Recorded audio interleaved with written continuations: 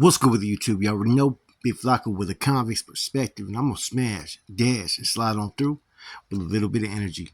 Please hit the like, subscribe, comment, do all those things to help support this channel, as well as hit the bell notification for future fire content.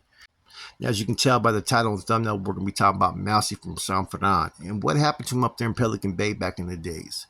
Now, Mousie is known for one of the first songs that combined both the streets and prison and told a story about Norteños in a rap track on 17 Reasons. That was the album. The song was called Northside Soldier. Okay. So Mousie was up in the Bay, level 4 yard, B yard, doing the damn thing, right? Now, that yard, Pelican Bay B yard, the Bay had only been open, I think, 10 years when he was there, right? And for some reason, even though Pelican Bay is all the way to the most furthest north you can get in California, it was always a yard where the homeboys were never traditionally really too deep. It took a long time for the homeboys to establish that yard to where they had a presence. They had to go to war several times with the Southsiders. And I think around this time they had things pretty much established, where they had a place there. They had a home. It wasn't a lot of them, but there was homeboys there. I think there's anywhere from like maybe 15 to 20 homeboys on the yard. And maybe about 150 Sureños. But they had things starting to get established. They had a couple of brothers. I know 2 people that were there at that time, you know what I'm saying, or had just left there, you know what I'm saying. And they had communications at that time with the shoe, right? Now, prior to this, right, most facilities at that time used to communicate with the Bay as headquarters, right? If you were an NR member, bro, you would be assigned a channel up there in the Bay. And a lot of times it would be an NRA or NRT, or if you were lucky, you'd have a direct line to the NRC. Now, communication would take forever because they used to sit on everybody's mail up in the Bay. It'd take 30 days to 60 days sometimes. And, you'd have to send it out to a mail drop on the streets. They'd have to re-get the letter, resend it in.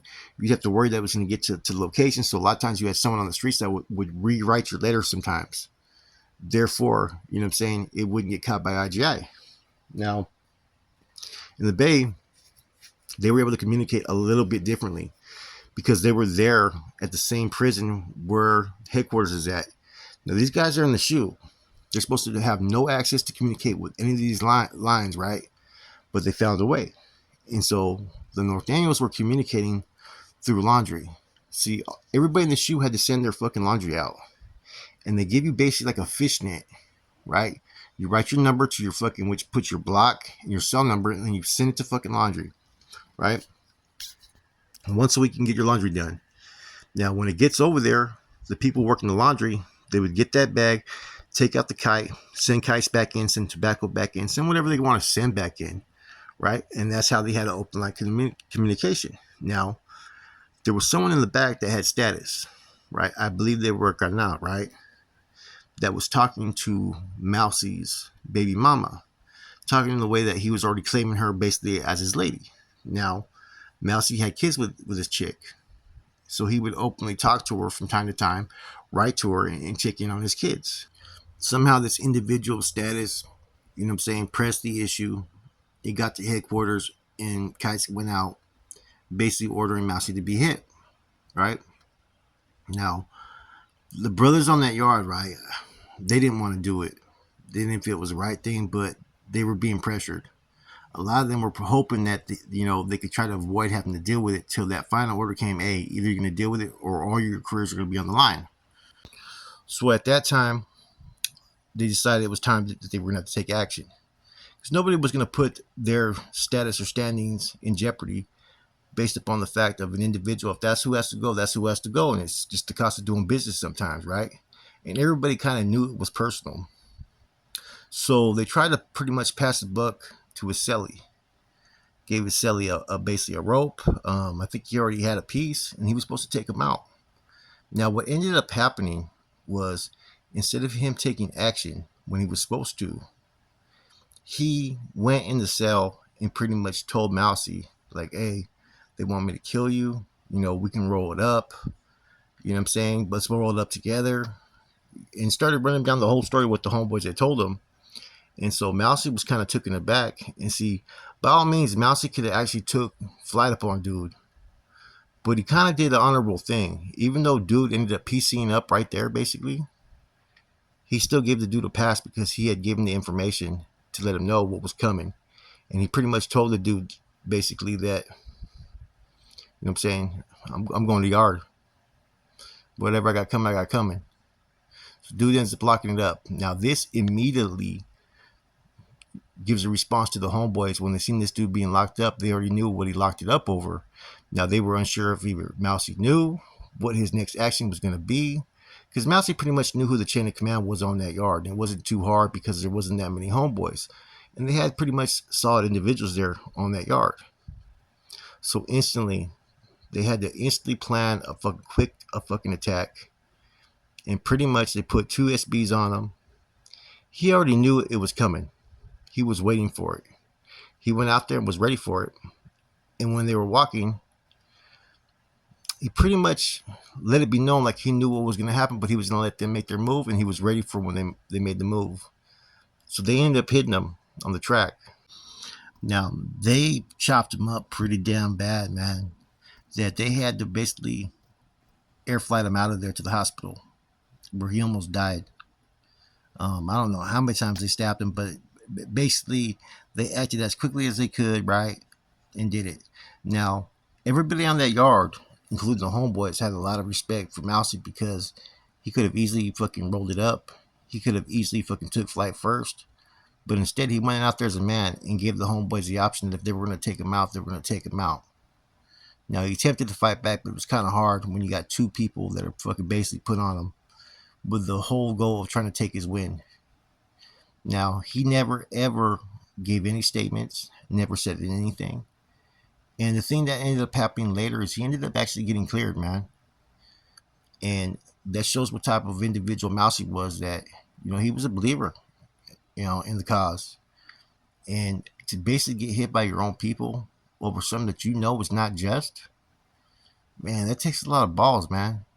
Really, like, just to go out there and face it.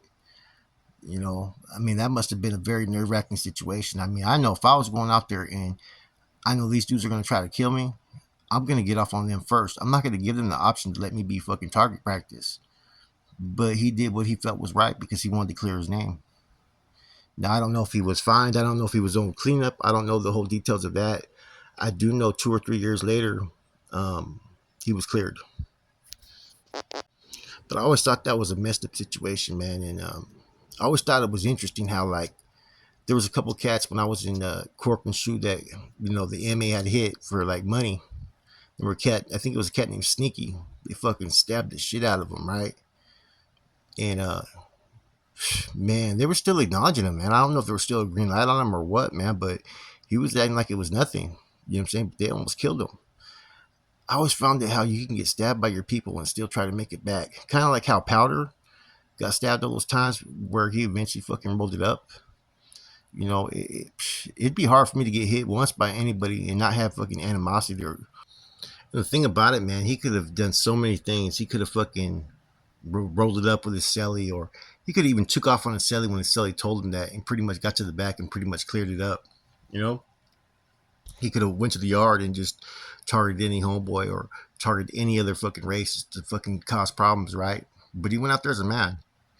What's crazy is with this situation, you have, you know, someone that's, because they're not a C, and they even have a kid with the chick first, and they're not even doing anything, to my knowledge, disrespectful, they get hit. But then you get another individual, right? We talked about before the Lucky Mendoza situation, to where he marries a chick, has a baby with her, but because she used to be with a carnal named fucking Pony, who was close to, you know, high-ranking members, he ends up getting hit. You know, I'm just wondering if this female, right? That's the unfortunate thing. If this female that Mousie used to be dating or and had kids with, if she was crossing them up, you know what I mean? And what she was telling that particular individual, because apparently he ends up getting cleared. And see, that's why, like I said, investigations are needed to be conducted to find out everything before someone makes that choice. You know, see, this case, there was no due process. It was basically like they felt he was disobeying a fucking directive. But how can you give someone a directive when you have kids with a woman? You know, that makes no fucking sense. You know, and for him to even just still make it back, man. I mean, I was really shocked when I heard the whole story, man, the first time. And I heard this story like 20 years ago, and that's when I was told that he was actually brought back. They actually had cleared him after all that. It's like, hey, Spence out, we hit you. You can go ahead and talk to your baby mama. Phone file, here's your HHPs. Like nothing happened.